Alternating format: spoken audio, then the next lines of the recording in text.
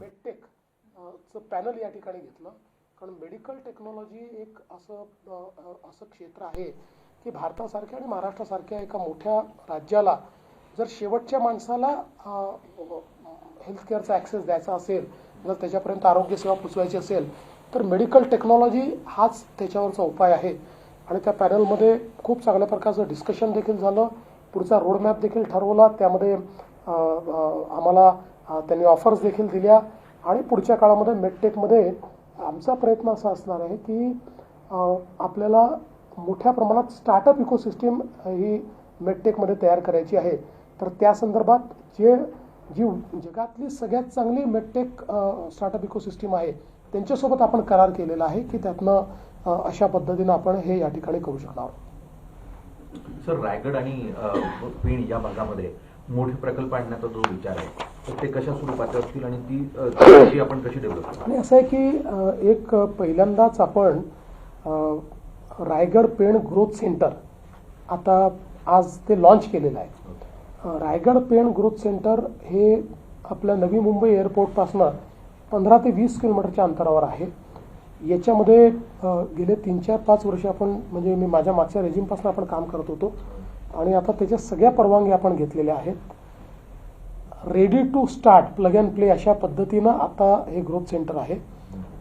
हे पहिलं असं ग्रोथ सेंटर असेल किंवा देशातला पहिला प्रयोग असेल की ज्याच्यामध्ये जी कंपनी तयार करण्यात आलेली आहे ही पब्लिक प्रायव्हेट पार्टनरशिपची कंपनी आहे. याच्यामध्ये प्रायव्हेट प्लेयर जे आहेत ते जमीन घेऊन आलेले आहेत. आपण MMRDA त्याची प्लॅनिंग अथॉरिटी आहे, आपणही त्याच्यामध्ये स्टेक होल्डर आहोत. आणि आता या ठिकाणी एक मुंबईचा नवीन बिझनेस डिस्ट्रिक्ट आपण तयार करतो आहोत, ज्यातनं खूप मोठ्या प्रमाणात हायपेड जॉब्स तयार होतील. तिथे GCC ची एक इकोसिस्टीम तयार होईल, फिनटेकची इकोसिस्टीम तयार होईल.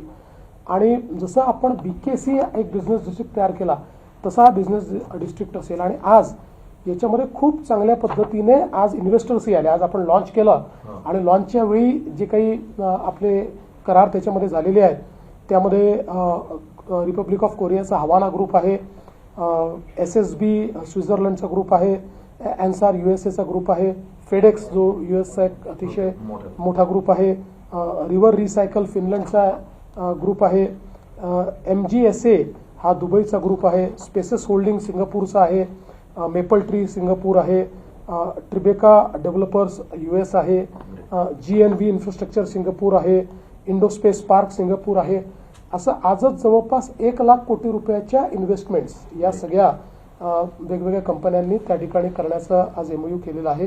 हा सगळा FDI आहे आणि यातनं खूप चांगल्या पद्धतीनं एक नवीन शहर तयार होईल ज्याच्यामध्ये अतिशय चांगल्या पद्धतीचे हायपेड जॉब्स तयार होतील.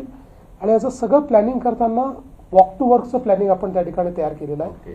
त्यामुळे मला असं वाटतं की जी आपण तिसरी मुंबई तयार करतोय त्या तिसऱ्या मुंबईतलं पहिलं शहर हे आपलं लॉन्च झालं आहे.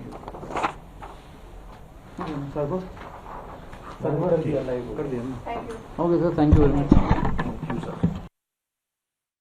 वर्ल्ड इकॉनॉमिक फोरमसाठी मुख्यमंत्री देवेंद्र फडणवीस हे दावोस दौऱ्यावर गेलेत. तिथून ते बोलत होते. रायगड ग्रोथ सेंटर नवी मुंबई विमानतळाच्या जवळ असेल असं यावेळेला मुख्यमंत्र्यांनी सांगितले. तर तिसरी मुंबई तयार करण्याच्या दिशेनं पावलं टाकलेली आहेत याची माहितीही त्यांनी यावेळेला दिली.